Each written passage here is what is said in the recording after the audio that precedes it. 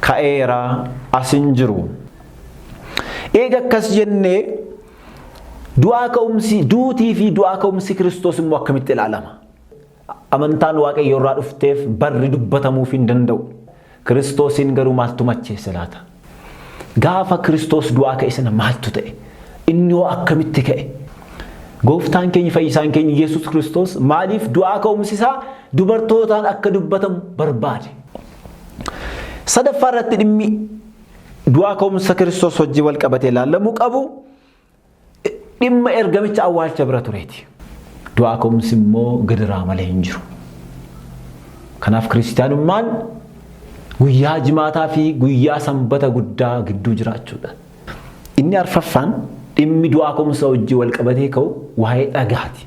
Dhagaa awwaalchi Kiristoos ittiin cufame sana. Dhimmi biraan waa'ee uffata gooftaati. Uffata isatti kafaname jechuudha. Inni biraan dhimma eegdotaati. Eegdota awwaalcha Kiristoos eegaa turan sana jechuudha. Jireenya du'aa keessa ta'anii du'aa ka'umsa kabajuun bu'aa hin qabu. Kiristoos tansiyaa imootaani moota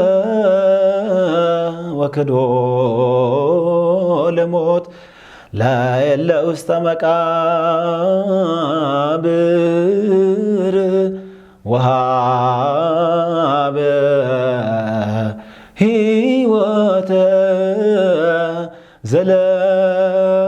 ዘለዓለም ረፍተ ክርስቶስ ወሬን ዱአን ኬሳ ከኤራ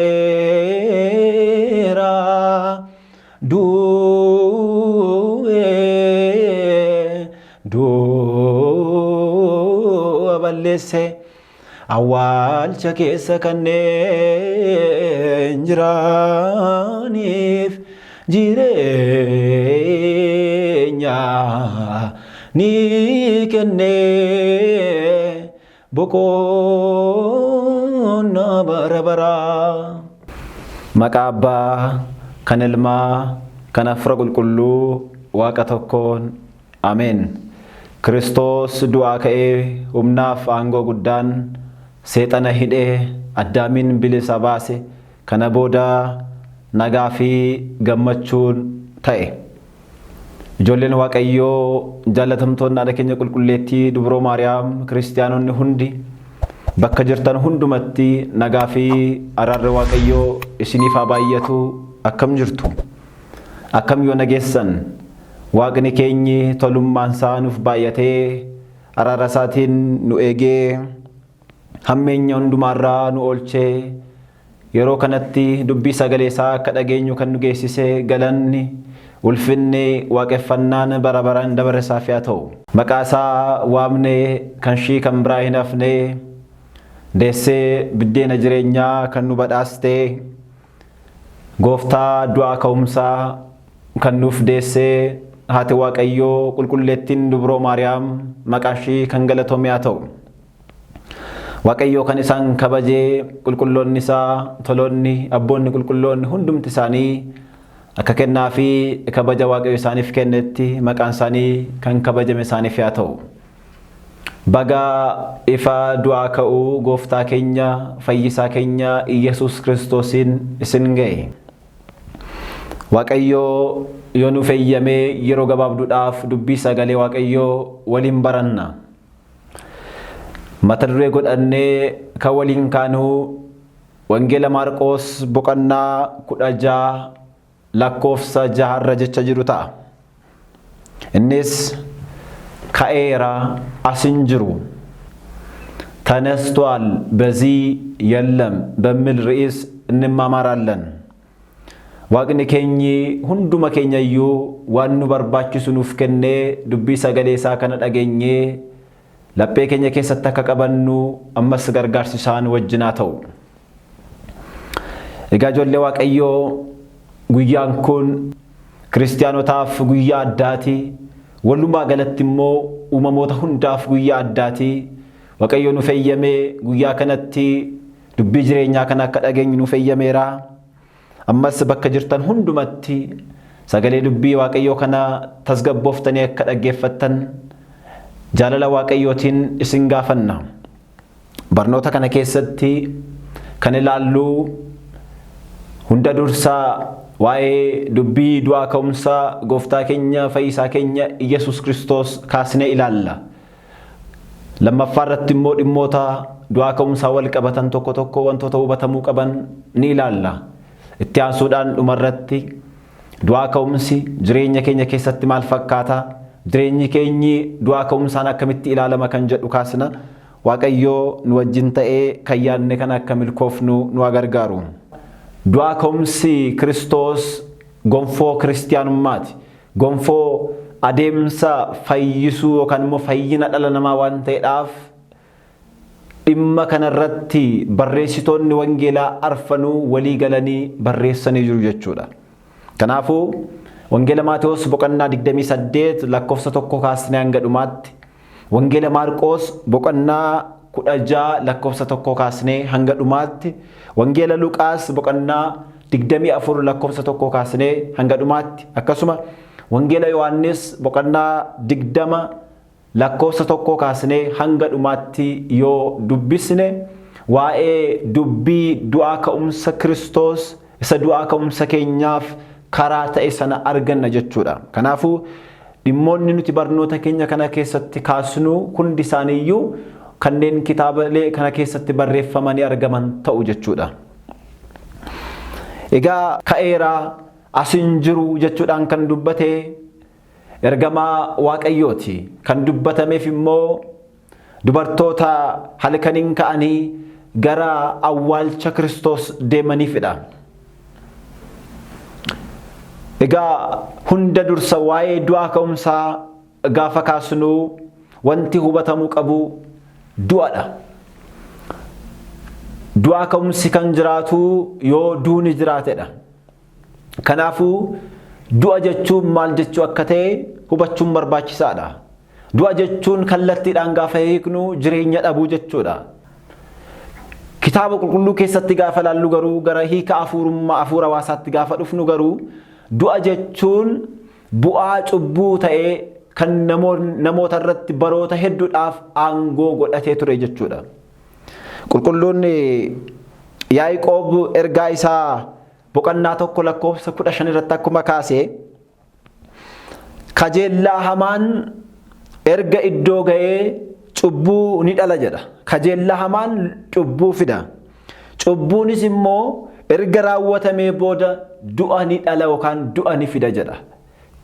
Akkasuma bakka biraattis immoo mindaan cubbuu du'adha jedhameera. Kanaafuu du'a jechuun bu'aa cubbuu jechuudha gabaabumatti. Seenaa uumamaa keessatti duuni akkamitti gara addunyaa namootaatti dhufe jennee gaafa ilaallus immoo ka'umsi isaa cubbuurraa ka'uudhaan dhufe jechuudha. Isa kana qulqulluun Phaawulos ergaa isaa gara warra Roomeetti erge irratti maal jedheera?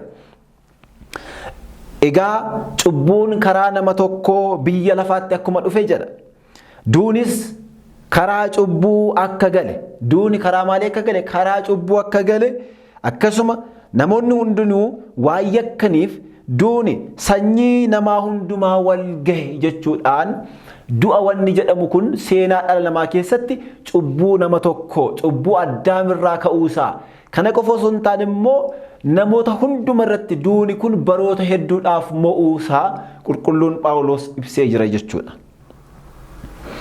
Kanaafuu duuti kun addaamirraa ka'ee haga Museetti dhaloota hunduma irratti mo'ee ture. Duuti maal jenneerra? Duuti bu'aa cubbuuti jenneerra. Duuti bu'aa cubbuu ta'e kun namoota hunduma irratti mo'ee ture. Nam tokkollee du'arra dhaanuu kan danda'e hin turre jechuudha. Tole haa ta'u. Du'aa ka'umsa jechuunoo egaa hiika du'aa ilaallee du'aa ka'umsa jechuun immoo du'a keessaa deebi'uu, du'a keessaa bahuu yookaan immoo walitti tokkummaa'uu lubbuu fi foonii, tokkummaa'uu lubbuu fi hafuuraa, foonii fi hafuuraa jechuudha. Eega waa'ee du'aa fi du'aa ka'umsaa ilaallee nuyi kan dubbachaa jirru waa'ee du'aa ka'umsa Kiristoosidha. Kiristoos immoo Waaqadha jenneerra.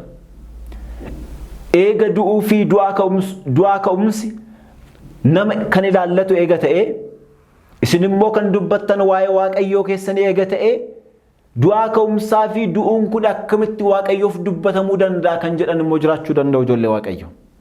Kana hubachuun kiristaana tokkorraa baay'ee barbaachisaadha. Kun bu'uura kiristaanummaa keenyaati. Dhugaadha. Nuyi kan dubbachaa jirru waa'ee humna Waaqayyooti, waa'ee Waaqayyooti. Garuu immoo waa'ee Waaqayyoo qofa miti. Kan dubbachaa jirru waa'ee Waaqa isa amalummaa keenya amalummaa isaa taasifatee nu wajjin tokko ta'ee nutti dhiyaatee nu fayyise sanadha malee waa'ee Waaqa qofaa miti kan dubbachaa jirru.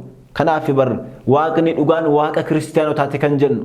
Waaqa isa uumamoota sarraa fagoo jiru sana osoo hin taane isa uumamoota isaatti dhiyaatee namootatti dhiyaatee isaan fakkaatee jaalala isaaniif qabu ibsee sanadha Waaqni kiristaanotaa. Kanaafuu kan dubbachaa jirru waa'ee Waaqa qofaa osoo hin taane Waaqa nama ta'eeti kan dubbachaa jirru. Waaqa nama ta'e gaafa jennu immoo waaqummaa isaa osoo hin gadhiisin, waaqummaa isaa irraa osoo hin hir'isin, akkuma waaqummaa isaa qabatetti amala namummaa guutummaadhaan kan taasifate sana jechuu keenyadha. Waa'ee isa kanaati kan dubbachaa jiru. Kiristoos jechuun isa kanadha.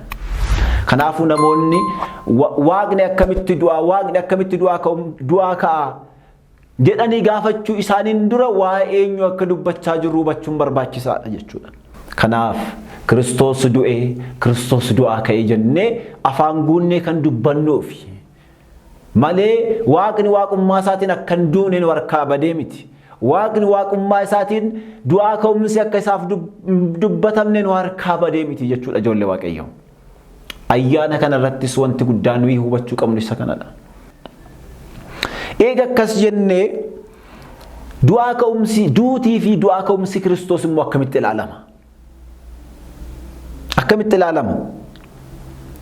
Egaa Waaqaaf duunii fi du'aa ka'umsi hin dubbatamu eega jennee nuyi immoo kan dubbachaa jirru waa'ee Waaqa isa nama ta'eetu jenneerra.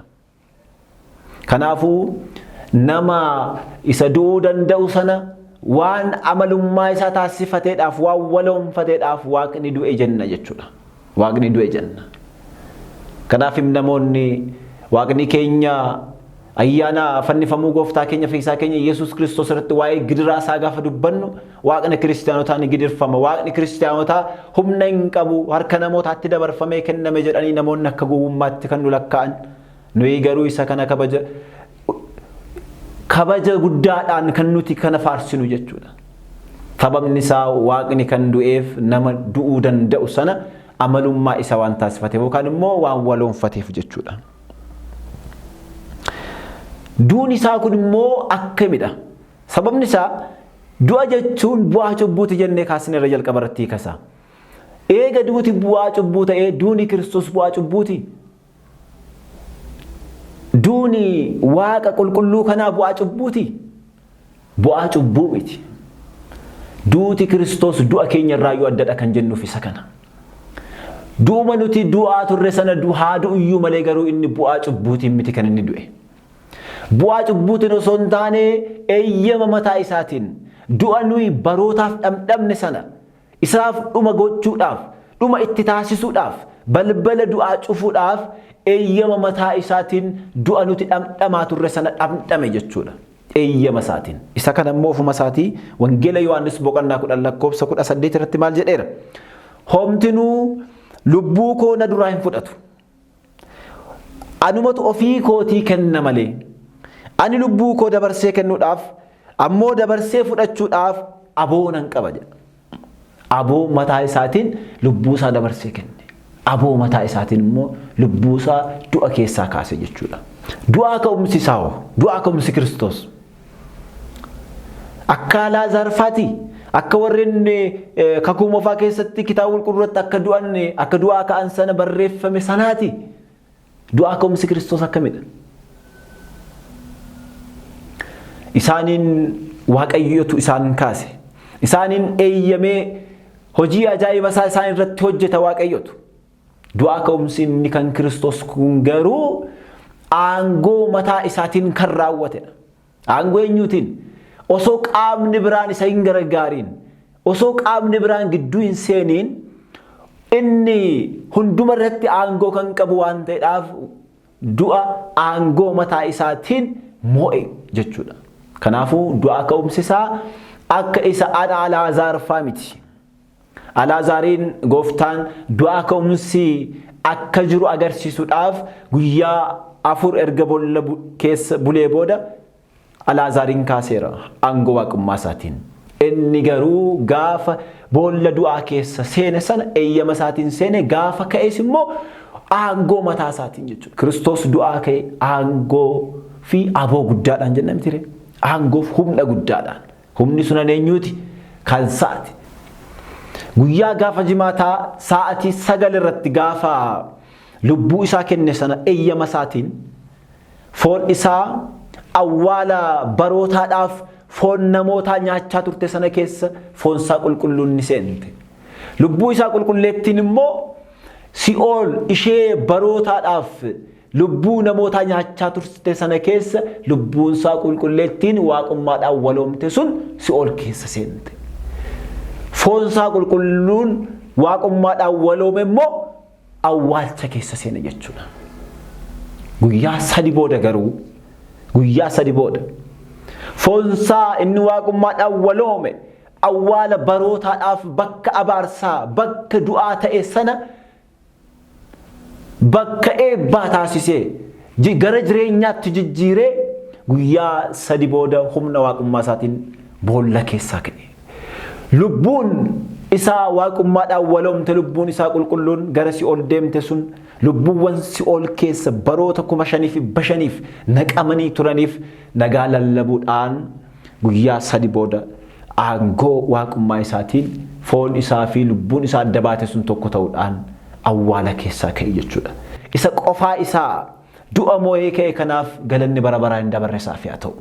Nuyi kan dubbachaa jirru har'a kabaja isa kana. Ulfina isa kana jechuudha. Namoota gurguddoo warra guddummaa isaanii lafa kanarratti isaaniif dubbatamu keessaa qofaa isaa aangoo du'aa kan balleesse aangoo du'aa miila keenya jala kan taasise qofaa isaa waaqa kiristaanotaa Kiristoos Iyesuus qofa jechuudha. Hundiyyuu aangoo du'aa jala seenanii darbaniiru. Hundi isaanii darbaniiru. Har'as jiraataa kan ta'e garuu Kiristoos. Tole haa ta'u. Kanatti aansuudhaan mee waa'een du'aa ka'umsa Kiristoos kun kakuu duraanii yookaan immoo kakuu moofaa keessatti haala kamiin ibsameera waan jedhu ilaalla. Namoonni tokko tokko kiristaanummaan akka waan bara 2000 dura jalqabeetti lallabu. Akkasitti nutti himu. Nuti garuu akkasitti miti kan kiristinnaa beeknu. Nuyi garuu akkasitti miti amantaa dhugaa kana kan beeknu. Amantaan kiristaanummaa amantaa kakuu haaraa qofa miti. Amantaa Waaqayyoo irraa dhuftedha. Amantaan Waaqayyoo irraa dhufteef barri dubbatamuuf hin danda'u. Kanaafuu akkaataa itti hubannu sirreeffachuun barbaachisaadha. Kiristaanummaa keessatti bakka guddaa kan qabu gonfoo kiristaanummaa kan ta'e du'aa ka'umsi Kiristoos kakuu duraanii keessatti illee raajotaan dubbatamaa akka ture kitaabni qulqulluun nutti hima jechuudha. Qulqulluun Waaqayyoo faarfataan Daawit maal jedha? Faaruu isaa faarfannaa 16 lakkoofsa 10 irratti waa'ee du'aa ka'umsaa gaafa ibsu. Nefseen basi'ool አትተዋትምና ልቡ ኮ ሲኦል keessatti dhiistuu jedha. ቅዱስህንም መበስበስን ያይ ዘንድ አትተውም qulqulluun kee bosobosuu akka arguudhaafis isan dhiistuu jedha. Faarfataan Daawit kakuu moofaa keessa bara dukkanaa sana keessa taa'ee raajiidhaan waa'ee du'aa ka'umsa isa Kiristoosiin nuuf kenname sana waan argeedhaaf abdiidhaan lubbuu koo si'ool keessatti hin dhiistu. Foon koos immoo bosobosaadhaaf lafa keessatti hin dhiistu jechuudhaan dubbate jechuudha. Dabalee maal jedha faarfataan nuti kun? Dabalee faarfannaa isaa 78 lakkoofsa 65 hanga 66 maal jedha? እግዚአብሔርም ከእንቅልፍ እንደሚነቃ ተነሳ waaqayyo jedha akka hirribaa dammaqutti ka'ee የወይን ስካር እንደተወው እንደ ኃያልም ሰው akka nama guccimaa nama cimaa machiin wayinii isa dhiisetti ጠላቶቹንም በኋላቸው መታ diinota isaas duubaan isaan rukutee jedha. Kun eessatti dubbatan? Kun dubbii kakuu haaraa isinitti hin fakkaatin. Dubbii kakuu moofaati kun. Waaqayyo akka hirribaa dammaquutti ka'e.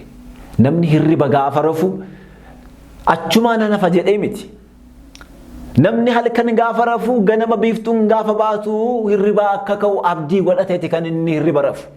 Kiristoos gaafa boolla awwaalchaa keessa seene gaafa du'a isa nuti dhamdhamaa turre sana dhamdhame akka waan hirribaa namni ka'utti akka ka'u ni beeka jechuudha. Akkasittidha kan inni ka'e. Akkasitti ka'e. Itti aansee maal jedha? Akka nama cimaa machii wayinii isa dhiisetti jedha. Namni cimaan gaafa machaa'u humna isaa fayyadamuu hin danda'u. Humna isaa to'achuu hin danda'u. Humna dhaba. Ofirraa waa tokko ittisuu hin danda'u. Kanaafuu namoota biroof dabarsamee kennamuu danda'a. Karaatti kufuu danda'a. Kiristoosiin garuu maaltu macheesse laata? Kiristoosiin wayinii osoo hin taane kan isa macheesse, wayinii caalaa kan isa macheesse jaalala ilmaan namootaati ture jechuudha. Gidiraa sana hundaa kan inni ofirraa hin ittisneedhaaf dadhabee isinitti hin fakkaatin. Inni akkuma nama cimaa jedhe faarfataan Daawit. Inni hunduma irratti aangoo qaba. Fara'oon irratti harka isaa aangoo isaa kan kaase. Mootota irratti harka isaa kan kaase Waaqayyo gidiraa sana hundumaa kan fudhateef jaalala ilmaan namootaatiin machaa'eeti. Jaalala keenyaan machaa'ee du'a hadhooftuu sana dhamdhame jechuudha. Garuu immoo akkuma nama jabaa machii wayinii dhiisutti immoo humnaan aangoodhaan ka'e. Jaalala keenyaan machaa'ee boolla du'aa seenus aangoo guddaadhaan immoo deebi'ee ka'e jechuudha.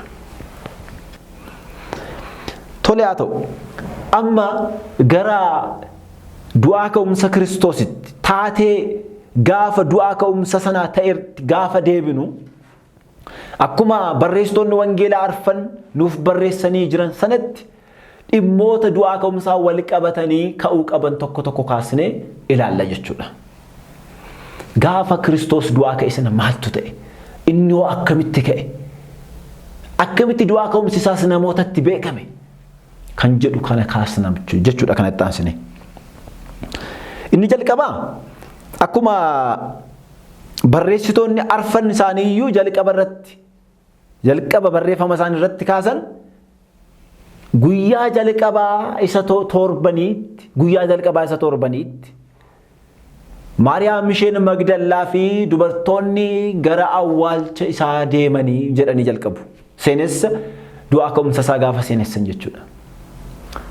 Egaa guyyaa jalqabaa kan jedhamtu kun guyyaa dilbataati. Guyyaa jalqabaa kan jedhamteef immoo Waaqayyo yeroo jalqabaadhaaf uumamoota kanitti uume guyyaa sanbata guddaa yookaan dilbataa waan ta'eef isheen guyyaa jalqabaa torbaniiti jechuudha kan isheen jedhamtu. Guyyaa sanbataa kanatti ganamaan halkaniin osoo lafti hin bari'in dubartoonni kun gara awwaalcha gooftaa deeman. Maaliif guyyaan sanbataa kun filatamte ijoollee Waaqayyo? Guyyaan sanbataa isheen kakuu moofaa. Guyyaa sanbataa ishee kakuu moofaa jechuun sanbanni duraa eega dabartee booda Kiristoos du'arraa ka'uu isaa ilaaluudhaaf gara awwaalcha isaa deeman. Du'arraa akka ka'e beekanii miti isaan kan deeman. Shittoo dibuudhaaf deeman. Inni garuu guyyaa kanatti du'aa ka'e ture jechuudha. Maaliif guyyaa kana ka'e gaafa jennu? Guyyaan sanbataa isheen kakuu moofaa sun guyyaa itti namoonni hojii qaamaan hojjetan irraa ittiin boqatan turan jechuudha. Guyyaa boqannaati. Namoonni guyyaa 6 hojjetanii akkuma Waaqayyoon keenya guyyoota 6 uumamoota uumee guyyaa sanbata duraa sanatti boqate. Israa'eloonnis ummata Waaqayyoo kan jedhaman kakuu moofaa keessatti guyyaan boqannaa isaanii huballee lafaa kan isaan ittiin kaasne guyyaa sanbat duraati yookaan qadaame sanbat jenna jechuudha. Eega guyyaan kun dabarteeti Kiristoos kan du'aa ka'e. Maaliif yaadattu ta'e guyyaa kamisaa gaafa sirna qurbaanaa hojjete gooftaan keenya eega Faasikaa Israa'eloota ishee kakuu moofaa sana irratti hirmaateen booda jedha. Eega hirmaateen booda kakuu haaraa kan ta'e sirna qurbaanaa isaa hojjete jedha. Maal ibsa kun? Faasikaan inni kakuu moofaa sun fakkeenya ture malee gonka hin turre. Inni gonka ta'ee fi inni fayyina namootaaf kennu nyaanni dhugaan nyaanni jireenyaa kunoo isa kanadha jechuudhaan guyyaa kamisaa sana sirna qurbaanaa kakuu haaraa hundeesse jechuudha. Haaluma wal fakkaatuutiin guyyaan boqannaa kan jedhamte sanbanni duraa sun guyyaa boqannaa gonka taate miti. Isheen sun guyyaa namoonni hojii humnaarraa itti boqatanidha. Hojii humnaarraa boqachuun boqannaa gonkaa miti. Namoonni ba'aa guddaan isaanirra ture yeroo sanatti du'adha. Ba'aa cubbuuti ture.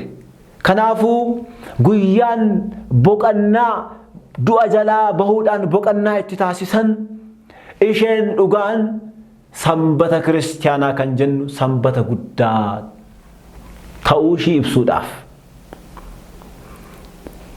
Karaa biraas immoo sanbanni inni dhugaan, inni itti boqatan, inni du'a jalaatti bahan, inni cubbuu jalaatti bahan Kiristoos matuma isaa ta'uusaa ibsuudhaaf sanbanni isheen mallattoo taatee turte sun, sanbanni isheen gaadidduu taatee turte sun darbuu ishee mul'isuudhaaf sanbanni biraan Kiristoos matumti isaa sanbanni qulqulleettiin kan mul'ata Yohaannis boqonnaa 1:10 irratti guyyaa gooftaa jedhamte sun guyyaa haaraan barra haaraan nuuf kennamuu isaa ibsuudhaaf boqonnaan isheen kakuu moofaa eega dabartee boqonnaa haaraan nuuf kennamuu isaa ibsuudhaaf gooftaan keenya fayyisaan keenya Iyesuus Kiristoos guyyaa sanbanni kakuu moofaa eega dabartee booda guyyaa sanbata kakuu haaraa kan jennu kan sanbata qulqulleettii kiristaanaa kan jedhamtu kanatti du'aa ka'e jechuudha. Waa'ee guyyaa kana faarfatichi Daawit faarfannaa isaa 118 lakkoofsa 24 irratti maal jedheera? Guyyaan Waaqayyo dhaabe ishee kana. Kottaa isatti hin gammanna. Itti gammaduu keenyas ni dhageessifna. Guyyaan Waaqayyo dhaabe ishee kamidha? Sanbata qulqulleettii isheetti Kiristoos du'aa ka'ee namoota du'a keessaa gara jireenyaatti ceesise sanadha. Guyyaan kun guyyaa addaati. Kottaa itti gammanna. Kanaafuu guyyaan kun guyyaa kiristaanotaati. Guyyaa itti gammachuu taasisnu. Guyyaa itti barri haaraan tokko jedhamee nuuf lakkaawwame. Guyyittiin guyyaa Waaqayyo dhaabe guyyaa itti Kiristoos du'aa ka'e jechuudha. Sanbata kiristaanaa. Kanaaf manni kiristaanaa sanbata qulqulleettii kiristaanaaf kan isheen kabaja guddaa kennitu jechuudha. Dhimmi lammaffaan du'aa ka'umsa Kiristoosii wal qabatee ilaalamuu qabu Maariyaam ishee Magdallaa fi dubartoonni gara awwaalcha isaa akka deeman wangeela irratti nuuf barreeffamee jira. Maaliif dubartoonni gara awwaalcha isaa deeman laata? Yeroon isaa lafti akka hin bariinee fi dukkana akka ture. Isana caalaa immoo yeroon sun warreen Kiristoos wajjin turaniidhaaf yeroo rakkisaa ture. Yihuudoonni aariidhaan irratti ka'anii barsiisaa isaanii Kiristoosin ajjeesaniiru. Bartoota isaa kan ta'aniif irrattis immoo yeroo itti sodaa guddaa taasisanidha. Yeroo kanatti dubartoonni kun halkaniin ka'anii gara awwaalcha isaa deeman. Maaf halkaniin ka'an laata? Maaf dubartoonni kun deeman laata? Maariyaam isheen Magdallaa kun seenaan ishii Kiristoos dursee hafuura hammeenyaa torba kan isheef baase isa booda jireenya ishee guutuu Kiristoos wajjin kan taasiste dubartii qulqulleettiidha. Dubartiin kun halkaniin kaatee gara awwaalchaa deemte. Maaf guyyaa sadaffaa eegde jechuu dandeenya? Sababni isaa sanbanni kakuu moofaa sanbanni duraa sun seeraan akka kabajamtu murteeffamee jira. Isa kana Waaqayyootu murteesse. Waaqayyoos seera kenne. Kanaafuu isheenis immoo seera jala waan jirtuudhaaf guyyaa sanbataa kanatti bakka xuraa'aa jedhamee yaadamu bakka awwaalchaa deemuun waan danda'amneef kan isheen akka sanbanni kakuu boofaa sun darbeen halkaniin kaatee gara gooftaa kan deemteef. Urgooftuu dibuudhaaf. Dukkana hin sodaanne. Sodaachisa Yihuudootaa hin sodaanne. Sababni isaa ifni ishee inni dhugaan Kiristoos boolla keessa galee jira. Barsiisaan isheen jaalattu boolla keessa galee jira. Kana keessatti sodaa maaltu isheetti dhaga'ama? Kana keessatti dukkana maaltu isheetti argama? Isheen garuu ifa ishee barbaacha gara awwaalchaa deemte jechuudha. Kana qofa osoo hin taane dubartiin kun ergamaa Waaqayyootti aantee misraachoo du'aa ka'umsaa addunyaadhaaf kan dubbatte dubartii qulqulleettii filatamtu taatetti. Gooftaan keenya fayyisaan keenya Yesuus Kiristoos maaliif du'aa ka'umsisaa dubartootaan akka dubbatamu barbaade? Maaliif isinitti fakkaata? Sababa malee miti. Sababni isaa seenaa Addaamiif Hewaan itti gaafa deebinu yeroo jalqabaadhaaf oduun du'a namatti fiddu sun, oduun addunyaatti du'a fidde sun kan isheen maddite karaa boofaa dhuftu malee kan isheen jalqaba dubbatamte garuu karaa Hewaan turte jechuudha. Sababa kanaatiin dubartoota irratti dhiibbaan taasifameera. Dubartoota irratti abaarsi dhufeera. Gooftaan keenya abaarsa sana hambisuudhaaf gadi qaba dubartoota irra ture sana hambisuudhaaf, arrabsoo dubartoota irra ture sana hambisuudhaaf tokko dubaroorraa dhalatee nu fayyise. Inni biraan garuu misraachoon guddaan addunyaaf boqannaa kennu kun du'aa ka'umsisaa dubartiidhaan akka dubbatamu eeyyama isaa ta'e jechuudha. Eeyyama isaa ta'e. Kanaaf dubartiin kun ergamaa Waaqayyoo irraa dhageessee misraachoo dhugaa kana yeroo jalqabaaf addunyaadhaaf lallabde. Duukaa bootatti himtee duukaa boonni immoo addunyaadhaaf lallaban jechuudha. Inni biraan maal jedhu abboonni keenya? Maariyaam ishee Magdallaa kan isheen gara awwaalchaa deemte qofaa ishee miti. Dubartoota biroo wajjin deemtee jedhu. Kanaafuu maalitti fakkeessu kana? Maariyaam ishee Magdallaa fakkeenya Israa'elidha jedhu. Dubartoonni ishee wajjin turan sun immoo fakkeenya warra hin amannee yookaan immoo warra halagootaati jedhu. Kun maal ibsa? Du'aa ka'umsa Kiristoositti kan amanan immoo kan du'aa ka'umsa argatan Israa'eloota warra dhufaatii Masii sana eegaa turan qofa osoo hin taane Ormoonnis du'aa ka'umsa isaatti amanuudhaan du'aa ka'umsa akka argatan.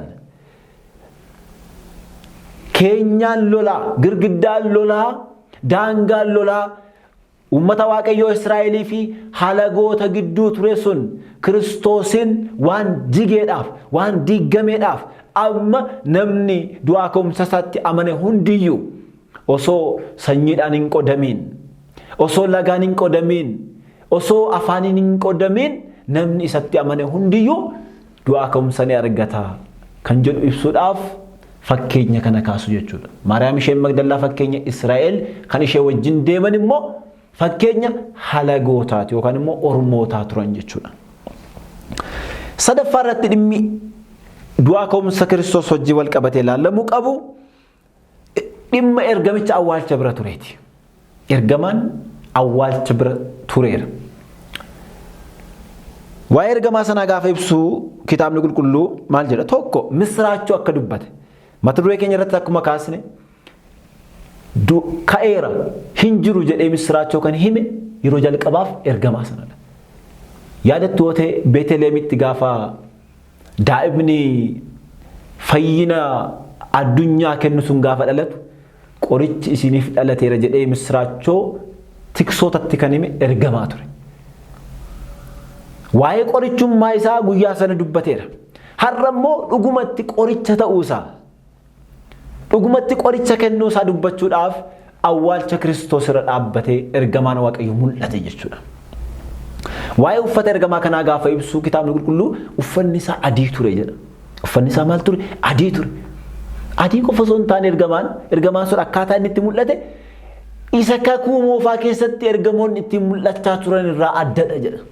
Kakuu moofaa keessatti ergamoonni namootatti yeroo garaa garaatti mul'ataniiru. Garuu gaafa mul'atan seefii qabatanii hidhatanii loltuu fakkaatanii ture kan isaan mul'atan. Sababni isaa Waaqayyoo fi nama gidduu lola guddaatu tureera. Sababa kanarraa kan ka'e gaafa namootatti mul'atan illee baay'ee waan nama sodaachisaniidhaaf namoonni hedduun ergamoonni isaanitti mul'atan baay'ee sodaachaa turaniiru. Ergamaan har'a awwaalcharra taa'ee garuu ergamaa akkasii miti. Akkasitti hin mul'anne. Uffata adii uffateera. Karaa mirgaa taa'eera. Uffata adii jechuun ifni nuuf kennameera. Du'aa ka'umsa Kiristoosiin ifni nuuf kennamuusaa ibsa. Mirgaan taa'u jechuunis immoo Kiristoos du'aa ka'umsa isaatiin bitaa isa ta'e, jireenya cubbuu keessaa, jireenya du'aa keessaa mirga isa ta'e, gara jireenya dhugaatti nu fiduusaa ibsuudhaaf ergamaan Waaqayyoo uffata adii uffatee karaa mirgaa awwaalichaa taa'ee jedha jechuudha. Inni biraan asirratti abboonni keenya waan kaasan bakka sana ergamaa tokko qofa akka hin turre, ergamoonni hedduun akka turaniiran. Awwaalchi baroota hedduudhaaf mallattoo abaarsaa ta'e sun. Kakuu moofaa keessatti namni awwaalcha bira dhaqe jechuudha. Gaabbiin isa barbaachisa. Aarsaa gochuu qaba. Akka cubbuutti lakkaawama. Xuraa'ee jedhamee lakkaawama. Nama maraataa yoo ta'een alatti namni awwaalcha bira dhaqe cubbuun akka taasisetti waan lakkaawamuuf aarsaa aarsuu qaba jechuudha. Yookaan immoo aarsaa dhiyeessuu qaba cubbuusaaf. Awwaalcha haga kana jibbamaa ture.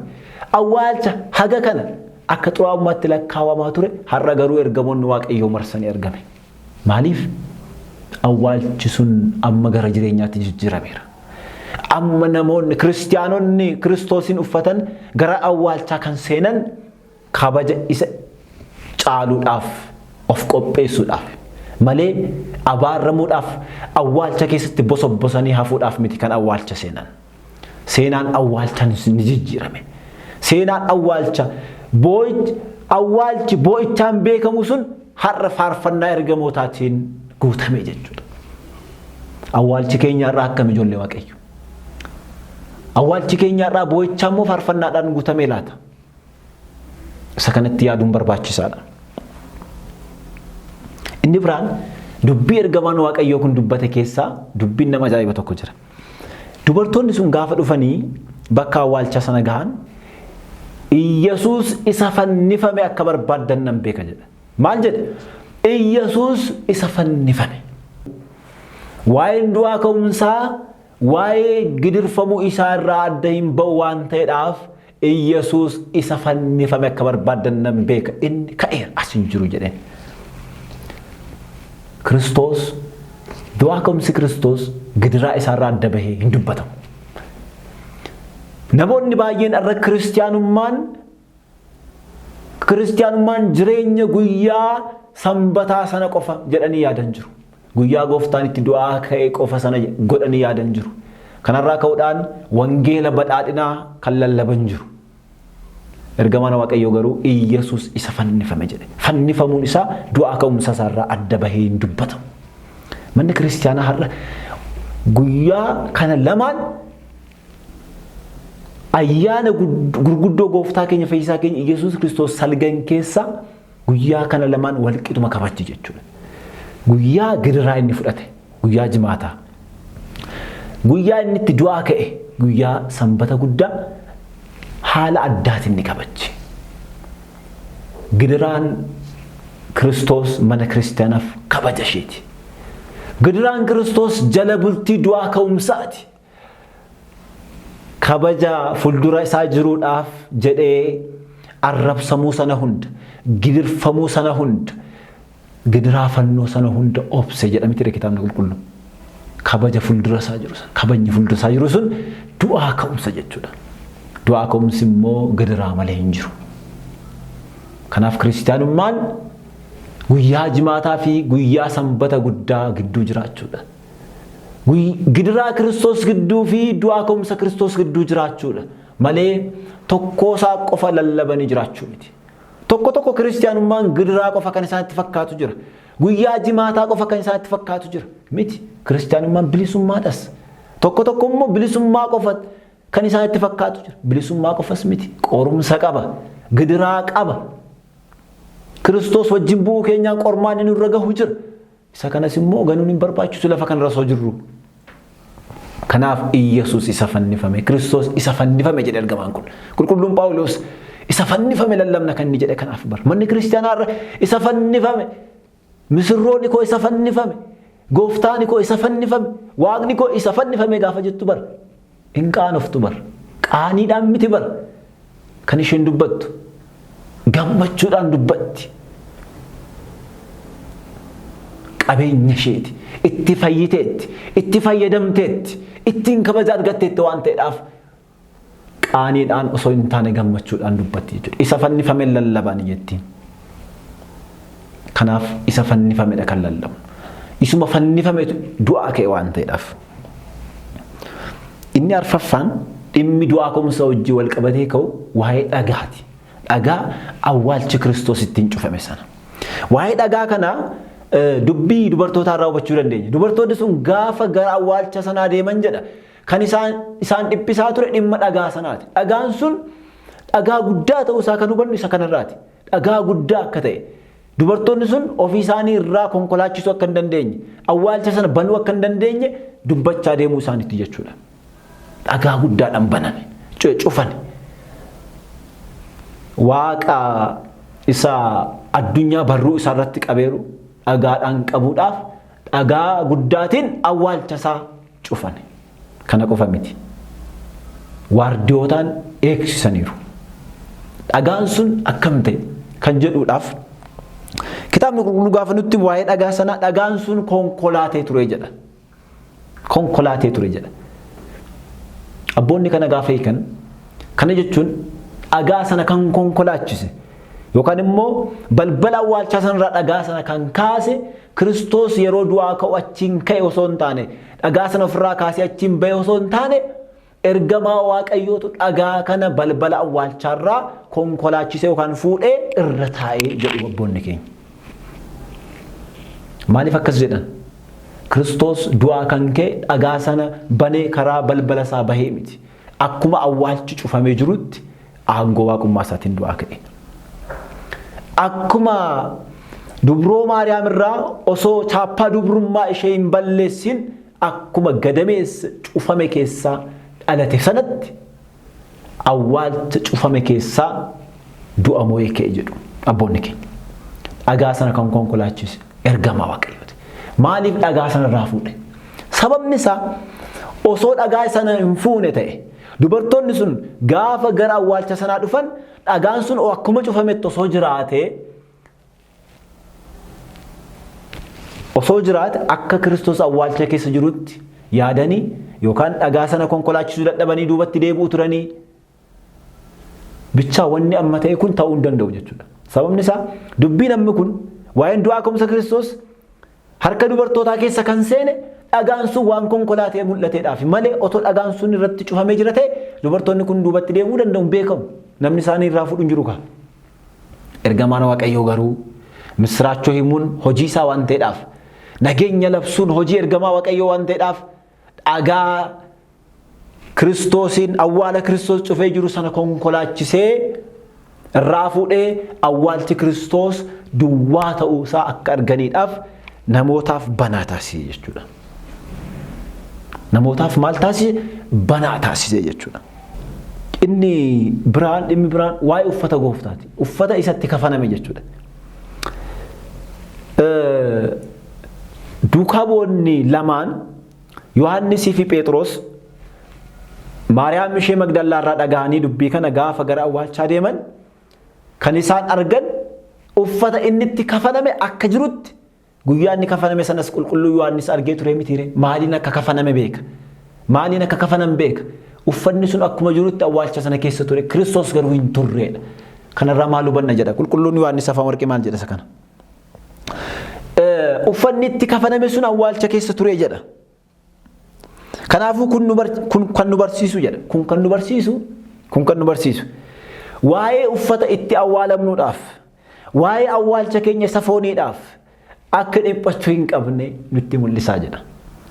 Alaazaar gaafa du'aa ka'e kafana isaa qabatee ol ka'e. Isa fayyada booda du'uun isaan ol waan ta'eedhaaf.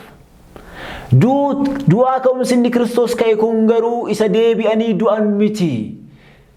isa deebi'anii du'an osoo hin taane isa uffata kabajaa uffatanii ittiin jiraatan waan ta'eedhaaf uffanni lafa kanarraa hin fayyadu waan ta'eedhaaf uffata itti kafaname sana achuma keessatti dhiisee ka'e jechuudha.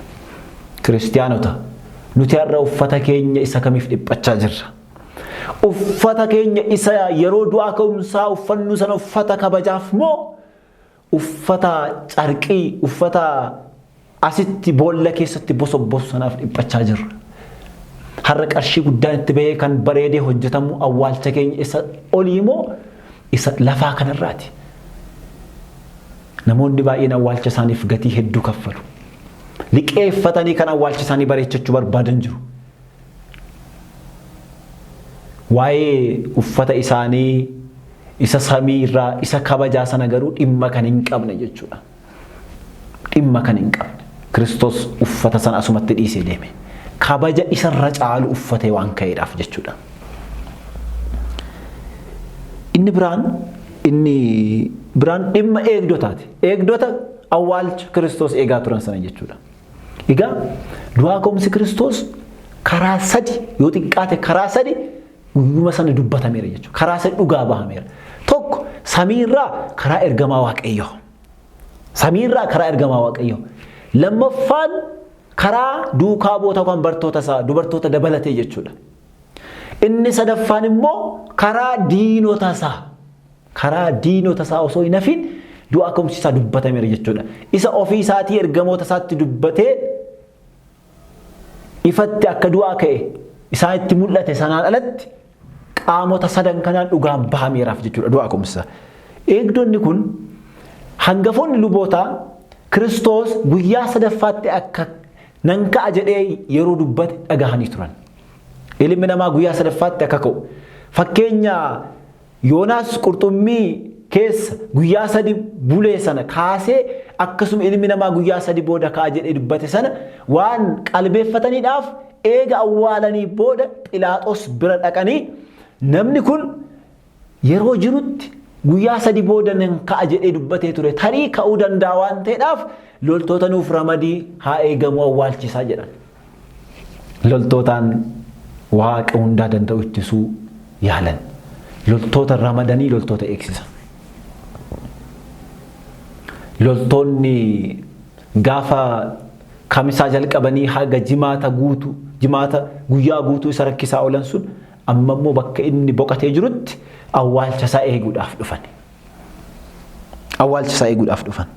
Inni garuu du'aa ka'umsi isaa sababa loltoota kanaan hin hafne jechuudha. Inni garuu humna guddaadhaan du'aa ka'e. Isa booda loltoonni kun maal godhan? Dhaqanii waan ta'e hundumaa hangafa lubootaatti himan. Magaalatti bahanii jechuudha. Loltoonni kun yeroo Kiristoos du'aa ka'e arganiiru. Dhaqanii waan argan hangafa lubootaatti himnaan hangafni lubootaa kun rifatanii maal godhan? Waan dhageessan kana nama eenyutu akka dubbanne eenyumatti illee akka dubbanne qarshii isinii kennina jedhanii qarshii isaaniif kennanii akka isaan afaan isaanii qabatan. Yoo mallee akka carraa wanni kun Philaaxoos biratti dhaga'ame nuti nu hubachiisna waan jiru. Kanaafuu isin waan argitan kana nam tokkotti illee hin dubbatina jechuudhaan qarshii baay'ee kennaniifi. Akkasittiin du'aa ka'umsa Kiristoos dhoksuuf yaalii taasisan jechuudha. Waan nama ajaa'ibu garuu waan isaan taasisan kun matumti isaa deebi'ee du'aa ka'umsa Kiristoosiif ragaa guddaa ta'e jechuudha. Dhugaa ba'umsa guddaa ta'e magaala hundarra guute jechuudha. Waanuma isaan taasisan kun qarshii fudhatanii du'aa ka'umsa Kiristoos dhoksuu hin dandeenye. Du'aa ka'umsi kun du'aa ka'umsa aangoo guddaadhaan ta'edha. Du'aa ka'umsi kun du'aa ka'umsa eenyumtuu dura dhaabbachuu hin dandeenyedha. Du'aa ka'umsa isa akka guyyaa jimaataa itti callifame sana miti. Isa aangoo guddaan itti mul'ate waan ta'eedhaaf eenyumtuu lafa kanarratti kana dura dhaabbachuu hin dandeenye. Kanaafuu loltoonni kun ofii isaaniitiiyyuu du'aa ka'umsa Kiristoosiif dhugaa baatota ta'aniiru. Jaallatanii osoo hin taane osoo hin jaallatin jechuudha. Inni biraan Kiristoos gaafa Maariyaam ishee Magdalaa wajjin bakka awwaalchaatti wal argan waa tokkotti dubbatee ture. Deemiitii duukaa bootatti akka himu obboloo tokkotti waan kana himi jedhee ture. Gaafa isheetti dubbate kana waan inni dubbate keessaa tokko maal Galiilaatti isin dursaa inni jedhame sun isa kanadha. Kanaafuu deemiitii isaanitti himi Galiilaatti isin dursaa jedhiitti himi jedhee gara duukaa buuta isaatti ergee ture. Kanaafuu yeroo jalqabaaf duukaa buuta isaa wajjin kan wal arge du'aa ka'umsa booda eessatti Galiilaatti. Maaf Galiilaatti? Maaf Galiilaa filate? Maaf asumatti koottaan jenne bakka awwaalchaatti? Sababni isaa Galiilaa jechuun bakka duukaa bu'oonni isaa irraa waamamanii isa wajjin bu'anidha. Mandara duukaa bu'oonni isaa keessaa filatamanidha. Duukaa bu'oonni gaafa waamaman abdatanii itti fayyadamna bilisa nu baasaa nu gargaara jedhanii waan qaban hundaa dhiisanii wajjin bu'an. Dubbiin garuu akka isaan eegan hin taaneefi. Gooftaan isaanii barsiisaan isaanii isa isaan abdatan isa isaan abdii guddaa irra godhatan gooftaan isaanii harka Yihuudootaatti dabarfamee kennamee du'a dhamdhamee jira. Duukaa bu'oonni amma abdii kutannaa keessa galaniiru. Garamitti akka deebi'an wallaalaniiru. Barsiisaan isaanii jalaa qabameera. Abdiin isaanii jalaa qabameera. Inni Galiilaa irraa waan hunda dhiisanii akka isa wajjin bu'an isaan fudhate sun amma boolla keessa waan seeneeruudhaaf duukaa bu'oonni sodaa guddaa keessa turan. Kanaafuu Galiilaatti kan isaan waamee fi abdii haaraa isaaniif kennuudhaaf aangoo haaraa isaaniif kennuudhaaf ani bakka kanarraa mandara kana keessaa kan isin waamee fi callisee miti. Gatii isiniif kennuuf malee callisee du'aadhaaf mandara kana keessaa isin waamne jechuudhaaf Galiilaa bakka isaan jireenya isaan irraa waamamanitti isaan waamee du'aa ka'umsa isaa isaanitti mul'isee kana qofa osoo hin taane du'aa ka'umsa isaa wajjin wal qabsiisee immoo aangoo guddaa isaaniif kenne. Aangoo maal jedhu? Deemaa. Ani jedhe duraan dursee maal jedhe? Ani lafaa fi samii irratti aangoo nan qaba. Lafaaf samii irratti aangoon qaba. Deemaa. Erga aangoo isaa ibsee booda aangoo isaaniifis kenne. Deemaa addunyaa hundumatti saba hundumatti waan ani isin barsiise isaan itti lallabaa isaan cuuphaati duukaa bu'oota koo taasisaa jechuudhaan tokko ergama isaanii kenne. Lammaffaan immoo ergama qofa osoo hin taane aangoos isaaniif kenneera. Aangoon kun immoo inni hamma dhumaatti akka isaan wajjin jiruu fi olaantummaadhaan surraadhaan akka isaan wajjin ta'u isaaniif ibse jechuudha. Isaaniif ibse. Duukaa bu'oonni aangoo kana baataniiti. Abdii kana baataniiti kan isaan mootota dura dhaabbatanii du'aa ka'uu Kiristoos lallaban jechuudha. Kanaaf Galiilaa bakka isaan irraa waamamanitti abdii isaanii isa jalaa dadhabe sana du'aa ka'umsa isaatiin isaaniif haaromsuudhaaf Galiilaatti isaan waame, Galiilaatti isaan beellame jechuudha. Egaa du'aa ka'umsa isaa wajjin wal qabsiisee dhimmoota kana ilaallee dhimmi inni biraan dhimma du'aa ka'umsaa fi kiristaanummaati. Du'aa ka'umsaa fi kiristaanummaan akkamitti ilaalama? Walumaa galatti kiristaanummaan guutuu ta'uu kan danda'e yookaan immoo kiristaanummaan guutuu kan ta'e du'aa ka'umsaati. Yaaddaniitu kiristaanummaan otoo guyyaa jimaataa irratti hafeera ta'e. Kiristaanummaan otoo guyyaa jimaataa irratti hafeera ta'e maaltu akka ta'uu danda'u? Haga kana kiristaanummaan namoota 12 ka'ee addunyaa irratti babal'ate isinitti fakkaata? Du'aa ka'umsi Kiristoos kiristaanummaadhaaf aangoo ija jabina kenneera jechuudha. Wareegamtoonni ija jabaatanii seefii fuuldura kan dhaabbataniif aangoo du'aa ka'umsaatiin. Lallabni duukaa bu'ootaa surraa kan argate, kabaja kan argate, dhageettii kan argate aangoo du'aa ka'umsaatiin. Kiristaanummaan du'aa ka'umsa malee hin yaadamu jechuudha. Hin yaadamu. Kiristoosis aangoo kan kenneef du'aa ka'umsa isaa isaanitti mul'iseeti jechuudha. Deema kunoo ani du'aa ka'eera. Du'aa ka'umsa kan jireenya kan namoota hundumaaf lallabaa jedhee isaan erge jechuudha. Waa'ee kanaa gaafa ibsu qulqulluun Phaawulos maal jedha? Tokkoffaa Qorontos boqonnaa 15 lakkoofsa 14 irratti ክርስቶስ ካልተነሳማ እንግዲህ ስብከታችን ከንቱ ነው እምነታችሁም ደግሞ ከንቱ ናት። ክርስቶስ የዱአን ካነ ለለምኒ ኬኝ ሆማ ለካ ሆማ ሚቲ አመንታን ኬሰኒስ ሆማ ሚቲ ካ ጀዴ ቱሬ ቹዳ ጳውሎስ ክርስቶስ ዱአ ኮምስ ክርስቶስ ኬሰን ጅራን ለለምኒ ኬኝስ ዱዋዳ amma garuu Kiristoos du'aa ka'eera lamni keenya duwwaa miti amma garuu Kiristoos du'aa ka'eera amantaan keenya gatii kan qabudha jireenya kan kennudha du'aa ka'umsa isaa kanaan nuyi kiristaanonni aangoo du'a irratti arganneerra aboo du'a irratti arganneerra amma duuti luka keenya jala malee mataa keenya irra miti kan jiru kun eenyuun Kiristoosiin jechuudha Kiristoosiin arganne maal jedha tokkoffaa Qorontos boqonnaa 15 lakkoofsa 54 irratti inni boososu sun isa hin boososne gaafa uffatu